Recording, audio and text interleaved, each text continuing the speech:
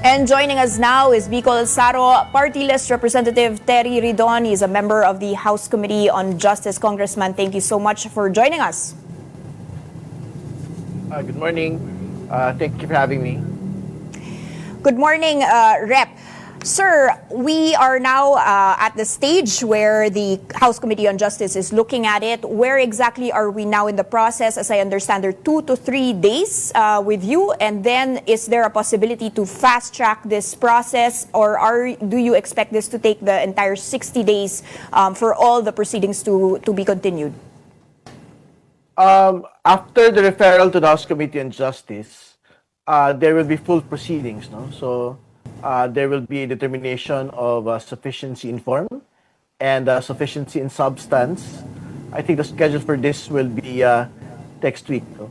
And after the determination of sufficiency in form and substance, the respondent will be asked to answer all of the allegations, and then there will probably be a rejoinder and other replies from all the parties concerned, after which there can be hearings relating to the complaints. But syempre, these are subject to votes of the committee members. So there will be a voting on sufficiency in form and sufficiency in substance by next week. Okay, sir, when you say the vote, how much is the threshold of the voting regarding specifically the sufficiency in form or sufficiency in substance? How much is needed? Well, for committee proceedings, it's just the majority of all members. So that will be the voting rule, which we will be implementing at the House Committee on Justice level. Okay, you mentioned, sir, after next week, if I'm not mistaken, there will be the hearings. That's after you've deemed the sufficiency in form and sufficiency in justice. What happens if it is deemed insufficient in form? What is the next step? Can they still revise this? The complaint will be dismissed, but of course, there will be a reporting at the level of plenary. But if it is overridden at the level of the plenary, articles of impeachment will be made, and then there will be a transmittal to the Senate. Pero I don't think that is something that will happen in the next couple of weeks. I think we will be undertaking full proceedings, determination of sufficiency in form, and then determination of sufficiency in substance. Okay, sir, are these hearings going to be made public? And if so, how? Will they be live streamed, or is every part of the hearing going to be made public? Well, the proceedings will be similar to how we had done it in the previous impeachment case against President Ferdinand Bongbong Marcos Jr. So it will be live streamed, it will be public, and I think the complainants will be invited to attend, but I think it will be just the endorsers who will present their case before the House Committee on Justice. Okay. Sir, there are 4 cases filed against the current VP. Tell us, are these cases going to be taken all together when it comes to the form and substance? Are they separate cases that are going to be tackled separately? My understanding is that the complaints will be discussed and voted upon in sequence. So we will discuss the first, second, third, and fourth complaint in sequence, and then the votes will be made depending on which complaint is being discussed. So I think the consolidation of the cases may be voted on after a determination of sufficiency in substance had been made. So we will tackle and we will allow the complainants of each and every impeachment complaint to lay their case in form and in substance before the committee. Can you confirm, Rep, that it only needs one case to hold for the impeachment trial to proceed? Of course, I think at the minimum, only one ground is sufficient Only one. for impeachment proceedings to continue But I'm quite certain that each and every ground will be considered, more particularly those that already been discussed in the previous impeachment proceedings. So that will include discussions relating to the use of confidential funds, discussions relating to the death threats against the president, the first lady, and the former House Speaker, discussions relating to the SALN of the vice president. But of course, there is a new ground relating to the affidavit of Ramil Madriaga. So that is something that we would also be looking in, which is basically the new ground, no? And the new information that is being submitted to the impeachment proceeding uh, of what you have this year. Can you clarify that, sir? Can you elaborate on that? What grounds would that be? Well, yung pong Ramil Madriaga case, I think Mr. Madriaga has allegations that he had served as a bagman for the vice president. No? But I think we will allow him during full proceedings to actually explain it further as to the nature of his work and whether or not there is actual truth, no, to these particular allegations. Did you receive, as I understand, there's four, and then the clock starts ticking for the 1 year bar, no? So completely no chance anymore for any future filings for impeachment at this point. So the 1 year bar had started yesterday because yesterday was the reckoning date for the 1 year bar to start, no? So there will be no more new impeachment proceedings against the vice president for an entirety of a year. And secondly, the express route, which is the one-third endorsement of all House members, is already cannot be undertaken anymore because there's already been a referral to the House Committee on Justice. Sir, can you compare this situation with President BBM, the ones filed against him, which were recently dismissed? And what's the difference between this and now? Do you see a stronger or more compelling case for this to proceed? Well, I think it's difficult to make an apple-to-apple comparison with the president's impeachment, but I think the commitment of the House Committee on Justice is that we will proceed in the same manner as we had done before. So the complaints will be discussed exhaustively in each and every stage, no? At the stage of sufficiency in form, at the stage of sufficiency in substance, and if there is a vote to further proceed, at the full hearings, at full deliberations, we will allow the Vice President to lay her defense during that particular stage of the proceedings. Is there going to be any change in this entire proceedings following the official announcement of the Vice President to run for the highest office? I think the House Committee on Justice is going to proceed, irrespective of whatever announcement that had been made by any party, whether the Vice President, whether by the side of the endorsers. No?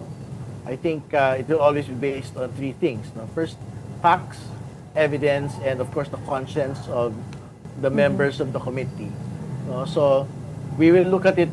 We will look at the evidence. We will look at the facts, irrespective of whatever announcement that had been made by the Vice President. But sir, the concern of the people, no, is that 60 days from next week. That's already, and I think 60 session days, tama ba? So not even 60 calendar days. So that's going to be months from now, and then the whole trial. By the time this happens, her tenure as vice president might already be almost finished, no? Does that mean that she could be impeached, but then she could again run for office as president, or will there be any implications after the impeachment on her ability to run? Well, her ability to run or inability to run will be contingent on whether or not she is convicted at trial by the Senate. No, I think that is a bit premature to discuss at this point. But I think the House Committee on Justice will be able to dispose of the proceedings within the mandated 60 session days. I think we will probably be done in around 3 to 4 months, no, and we won't be able to exhaust the entirety of 60 session days, no. Okay, and this does not impact the ability for her to file for candidacy, just to be clear. She can still No, always. no, I don't. I think the elections is still like 2 years. 2.5 years from today, you know. So I'm quite certain that any and all impeachment proceedings will have been terminated at that point by around October 2027, which is basically the filing for the 2028 elections. Okay. Sir, the Vice President has not really responded to these impeachment filings, no? And she has largely stayed outside of the limelight when it comes to this. She has not made much statements regarding this. What are you expecting now that it's already at your level? Do you need her to be more present or to respond to this? What is our expectation here?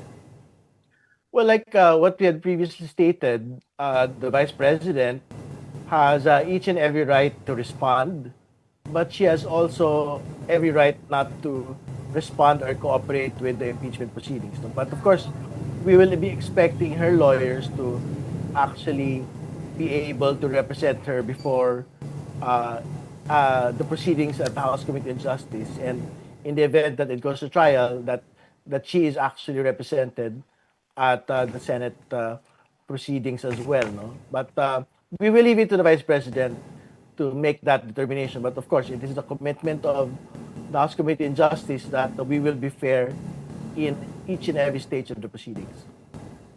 Rep, can you clarify that? Why does she have the right to not participate at this level? Well, I think that's the right of each and every defendant. Whether Okay. they would want to cooperate or they would want to provide information or not to provide information or their defenses. I think it is within the right of each and every respondent to, for example, not incriminate themselves, no? If that is something that they would want to do. So we will respect all of these types of rights that are afforded respondents in these proceedings. A major question is, given the political implications at stake, where she has indeed, some analysts, political analysts have touted that this announcement for presidency was done in a timely manner exactly during these impeachment proceedings, no? And of course, her father, former President Rodrigo Duterte, is now also at the ICC in The Hague. There's a lot at stake for those to be voting at the House level, but also at the Senate level later on. Is there going to be some level of political alliances? How can we ensure that we avoid partisanship in the proceedings? Again, our expectation during the proceedings is that it will only be based on three things, no? On the facts, on the evidence presented, and obviously on the conscience of each and every member of the committee. But again, impeachment proceedings are legal, constitutional, and also political. So ultimately, we will leave it to the individual House member to make that particular determination on whether or not they will consider 2028 matters, no, as part of their decision-making process. Okay, but are there any safeguards regarding this, especially since we are quite clear about the political alliances when it comes to voting? Well, again, ultimately, it is the determination of each and every House member as to the manner and the basis on which they will be voting. No? But again, for as long as the facts had been laid out, for as long as the actual authentic evidence had in fact been laid out, it will be only dependent on the conscience of the voting House member as to what their position or what their vote will be in each and every stage of the proceeding. Sir, before we let you go, can you just clarify the impeachable offenses at the level of the office of the Vice President? Are these the same impeachable offenses at the level of the President? Specifically, culpable violation of the Constitution, betrayal of public trust. How strong needs to be the evidence for this to really set the stage for an impeachment? Well, again, all of these had been raised already in the past, no? In the previous impeachment proceedings. So, betrayal of public trust, culpable violation of the Constitution, and other impeachable offenses. No? So, I think it is really a matter of restating all of these grounds and all of the evidence relating to these grounds. And of course, it's also a matter of the new information relating to Ramil Madriaga to be presented for the first time, no, before these proceedings. No? So we will wait in each and every stage of the proceedings as to how these will be presented, whether at the level of sufficiency in form and substance, or whether at the level of full impeachment proceedings after all of these determinations had been done. All right. Well, we will wait for that update by next week, hopefully, and then watch that very closely. Thank you so much for your time and insights, Bicol Saro Party List Representative Terry Ridon. Good morning. Thank you.